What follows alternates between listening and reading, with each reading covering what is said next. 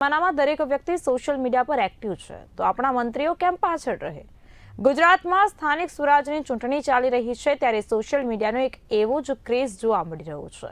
Ticket વહેંચણીમાં પણ હવે જેની સોશિયલ મીડિયા પર બોલબાલા હોય તેને પ્રાધાન્ય આપવામાં આવી રહ્યું છે. પરંતુ શું આ ફોલોઅર્સ પ્રજાની સમસ્યાઓ ઉકેલવામાં મદદરૂપ થશે? ભાજપના કયા મંત્રી ઇન્સ્ટાગ્રામ પર સૌથી વધુ લોકપ્રિય છે અને કોણ છે રેસમાં પાછળ? આવો જાણીએ ગુજરાતના મંત્રીઓના સોશિયલ મીડિયા પ્રભાવ પરનો અમારો આ ખાસ અહેવાલ.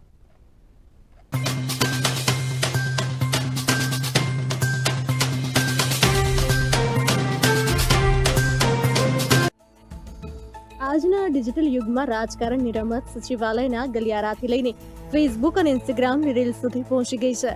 ગુજરાતમાં હાલ સ્થાનિક સ્વરાજની ચૂંટણીનો માહોલ છે અને આ ચૂંટણીમાં એક નવો ટ્રેન્ડ જોવા મળી રહ્યો છે.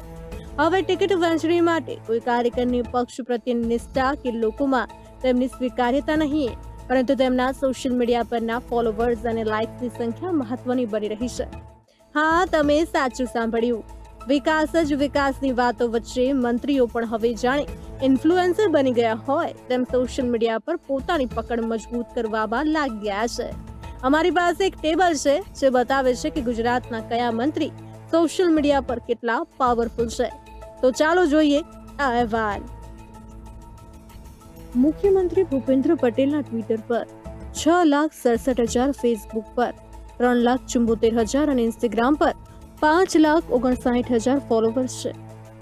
ગૃહ રાજ્યમંત્રી હર્ષ સંઘવીના ટ્વિટર પર 8,12,000 ફોલોવર્સ સાથે મોખરે છે, જ્યારે ફેસબુક અને ઇન્સ્ટાગ્રામ બંને પર તેમના 12 લાખ ફોલોવર્સ છે. કનુ દેસાઈના ટ્વિટર પર 44,200, ફેસબુક પર 1,10,000 અને ઇન્સ્ટાગ્રામ પર 24,600 ફોલોવર્સ છે. સ્વાસ્થ્ય મંત્રી ઋષિકેશ પટેલના ટ્વિટર પર 54,200, ફેસબુક પર 2,54,000 અને ઇન્સ્ટાગ્રામ પર 65,500 ફોલોવર્સ છે. સિનિયર નેતા અર્જુન મોઢવાડિયાના ટ્વિટર પર 2,17,000, ફેસબુક પર 11 લાખ અને ઇન્સ્ટાગ્રામ પર 1,01,000 ફોલોવર્સ છે. કુંવરજી બાવળિયાના ટ્વિટર પર 23,400, ફેસબુક પર 2,77,000 અને ઇન્સ્ટાગ્રામ પર 1,61,000 ફોલોવર્સ છે. જીતુ વાઘાણીના ટ્વિટર પર 5,67,000, ફેસબુક પર 5,56,000 અને ઇન્સ્ટાગ્રામ પર 1,82,000 ફોલોવર્સ છે. નરેશ પટેલના ટ્વિટર પર 10,900, ફેસબુક પર 50,000 અને ઇન્સ્ટાગ્રામ પર 17,900 ફોલોવર્સ છે. પ્રદ્યુમન વાજાના ટ્વિટર પર 6,982, ફેસબુક પર 26,000 અને ઇન્સ્ટાગ્રામ પર 24,600 ફોલોવર્સ છે. રમણ સોલંકીના ટ્વિટર પર 713, ફેસબુક પર 7,300 અને ઇન્સ્ટાગ્રામ પર 17,800 ફોલોવર્સ છે. ઈશ્વરસિંહ પટેલના ટ્વિટર પર 19,700, ફેસબુક પર 1,68,000 અને ઇન્સ્ટાગ્રામ પર 20,900 ફોલોવર્સ છે. પ્રફુલ પાંચેરિયાના ટ્વિટર પર 26,600, ફેસબુક પર 1,25,000 અને ઇન્સ્ટાગ્રામ પર 57,800 ફોલોવર્સ છે. મનીષા વકીલના ટ્વિટર પર 33,100, ફેસબુક પર 48,000 અને ઇન્સ્ટાગ્રામ પર 86,400 ફોલોવર્સ છે.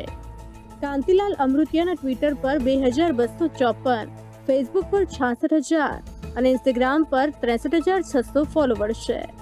રમેશ કટારાના ટ્વિટર પર 3,059, ફેસબુક પર 17,000 અને ઇન્સ્ટાગ્રામ પર 37,900 ફોલોવર્સ છે.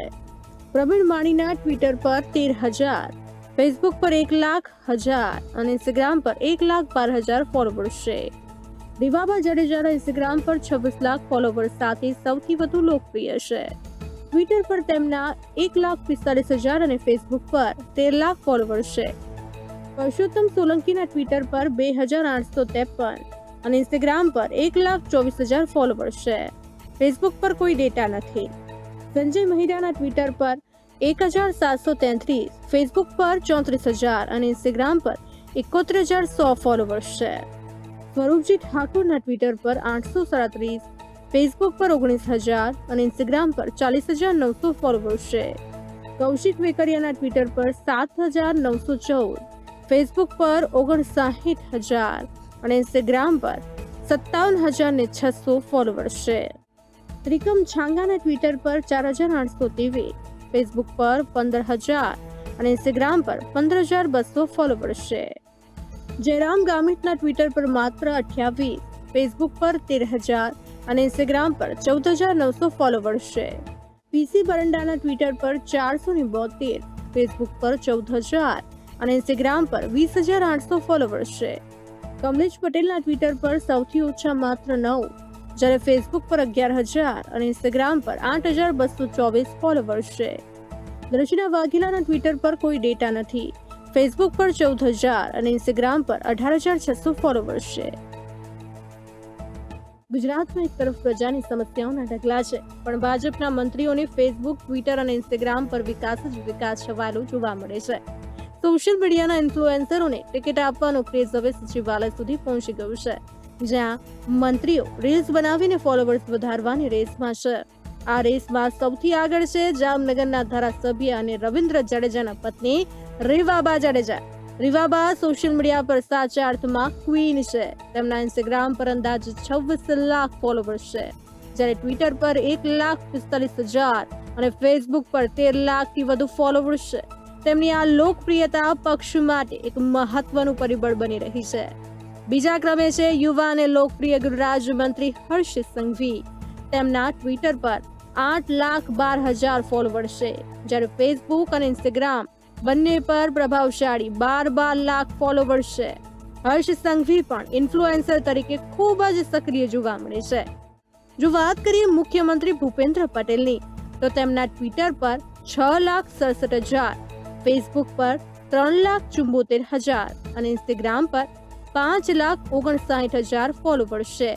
જ્યારે અન્ય મંત્રીઓમાં જીતુ વાઘાણી, ઋષિકેશ પટેલ અને અર્જુન મોઢવાડિયા પણ સારી એવી લોકપ્રિયતા ધરાવે છે. જોકે આ હોડમાં કેટલાક મંત્રીઓ ઘણા પાછળ રહી ગયા છે. ઉદાહરણ તરીકે રમણ સોલંકી, સ્વરૂપજી ઠાકોર, જયરામ ગામિત અને પીસી બરંડા જેવા મંત્રીઓના ફોલોવર્સ હજારોમાં કે તો સેંકડોમાં જ છે. આ ટ્રેન્ડ ખરેખર ચિંતાજનક છે. શું આ સોશિયલ મીડિયાનો પ્રભાવ ખરેખર પક્ષના લાંબા સમયના નિષ્ઠાવાન કાર્યકરો પર હાવી થઈ જશે? શું આ સોશિયલ મીડિયા ઇન્ફ્લુએન્સરોની લોકપ્રિયતા ચૂંટણીના પરિણામોમાં બદલાશે? અને સૌથી મહત્વનું, શું મંત્રીઓ સોશિયલ મીડિયા પર રીલ્સ બનાવવામાં જ વ્યસ્ત રહેશે કે ખરેખર જમીની સમસ્યા ઉકેલવામાં સમય ફાળવશે? આ આંકડાઓ સાબિત કરે છે કે રાજકારણનું સ્વરૂપ બદલાઈ રહ્યું છે. લાઇક્સ અને ફોલોવર્સ હવે શક્તિનું નવું ચિહ્ન બની રહ્યા છે.